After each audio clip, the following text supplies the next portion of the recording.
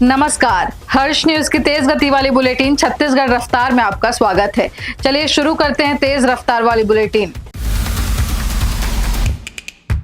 कोनी स्थित शासकीय कुक्कुट प्रक्षेत्र में बर्ड फ्लू की पुष्टि के बाद पशुपालन विभाग के जेडी और डॉक्टर सहित कुल 24 कर्मचारियों के स्वाब सैंपल दिए गए हैं। इनमें 10 संदिग्ध सैंपल जांच के लिए सिम्स के माइक्रोबायोलॉजी विभाग और 14 सैंपल रायपुर एम्स भेजे गए हैं। वहीं 3 पोल्ट्री फार्मों में से 6 मुर्गियों के सैंपल भी जांच के लिए पुणे भेजे गए हैं। कोने स्थित शासकीय कुक्कुट प्रक्षेत्र में बर्ड फ्लू की पुष्टि के बाद स्वास्थ्य और पशुपालन विभाग अलर्ट मोड में है।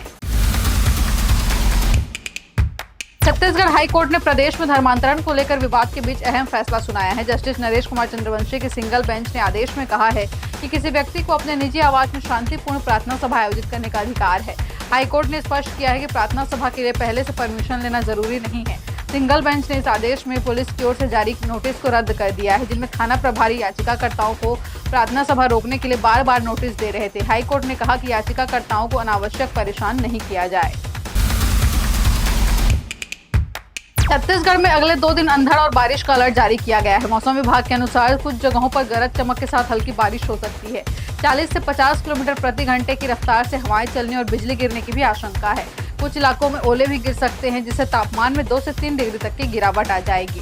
पश्चिम बंगाल से ओडिशा तक बने ट्रफ के असर के कारण प्रदेश के मध्य और दक्षिणी हिस्सों में 4 अप्रैल तक आंधी बारिश की स्थिति बनी रहेगी। रायपुर सहित कुछ जिलों में बादल छाए हुए हैं और हवाएं चल रही हैं। बिलासपुर में अटल बिहारी वाजपेयी यूनिवर्सिटी के रिजल्ट में गड़बड़ी को लेकर नाराज स्टूडेंट्स ने सोमवार को जमकर हंगामा मचाया। स्टूडेंट्स ने यूनिवर्सिटी में रजिस्ट्रार दफ्तर का घेराव कर बिना फीस के रीवैल्यूएशन का जांच कराने की मांग की है। रजिस्ट्रार ने स्टूडेंट्स के भविष्य के साथ अन्याय नहीं करने और 7 दिन के भीतर आंसर शीट का दोबारा जांच कराने का आश्वासन दिया है। दरअसल यूनिवर्सिटी ने जो परिणाम जारी किया है उनमें बड़ी गड़बड़ियां सामने आई हैं। आरोप है कि जो स्टूडेंट्स एग्जाम में शामिल हुए हैं उन्हें एब्सेंट बता दिया गया है। वहीं कई स्टूडेंट्स ऐसे हैं जिन्हें 0 नंबर मिले हैं। इससे नाराज लॉ के स्टूडेंट्स ने एनएसयूआई नेताओं के साथ यूनिवर्सिटी में 3 घंटे प्रदर्शन किया।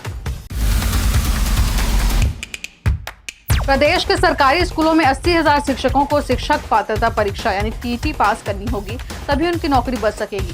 पिछले साल सुप्रीम कोर्ट का निर्देश आने के बाद शिक्षक पात्रता परीक्षा यानी टीटी पास करना अनिवार्य हो गया है। राज्य के प्राइमरी और मिडिल स्कूल के करीब 1.93 लाख शिक्षक हैं। इनमें से करीब 42% शिक्षक ऐसे हैं जो टीटी क्वालिफाई नहीं है। इनके सामने नौकरी बचाने की चुनौती खड़ी हो गई है। शिक्षक संगठनों द्वारा लगातार मांग की जा रही है कि आरटी से पहले नियुक्त शिक्षकों को टीटी से छूट दी जाए। अब इसके लिए राज्य सरकार प्रावधान लाए। छत्तीसगढ़ के दुर्ग में पुलिस ने साइबर ठगी के खिलाफ बड़ी कार्रवाई की है। बैंक खातों को किराए पर देकर ठगी का पैसा ट्रांसफर कराने वाले 10 आरोपियों को गिरफ्तार किया गया है। आरोपियों ने 111 बैंक खातों के जरिए करीब 86 लाख रुपए का अवैध लेन देन किया था।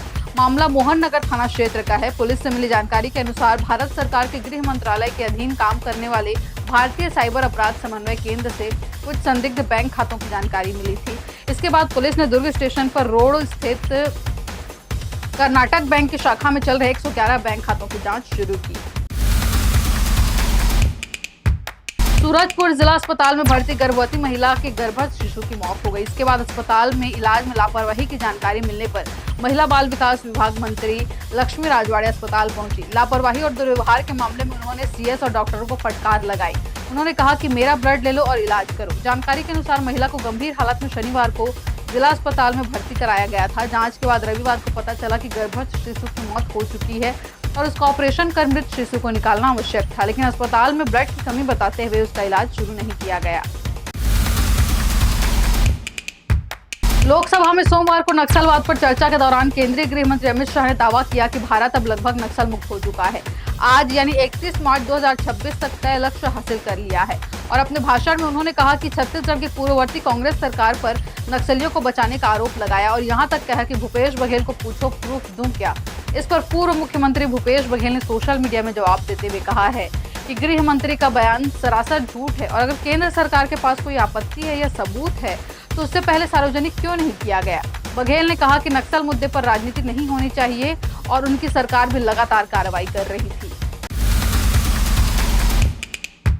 छत्तीसगढ़ रफ्तार की आज की बुलेटिन में फिलहाल इतना ही। अपने आसपास की खबरों से जुड़े रहने के लिए बने रहें हर्ष न्यूज के साथ। नमस्कार।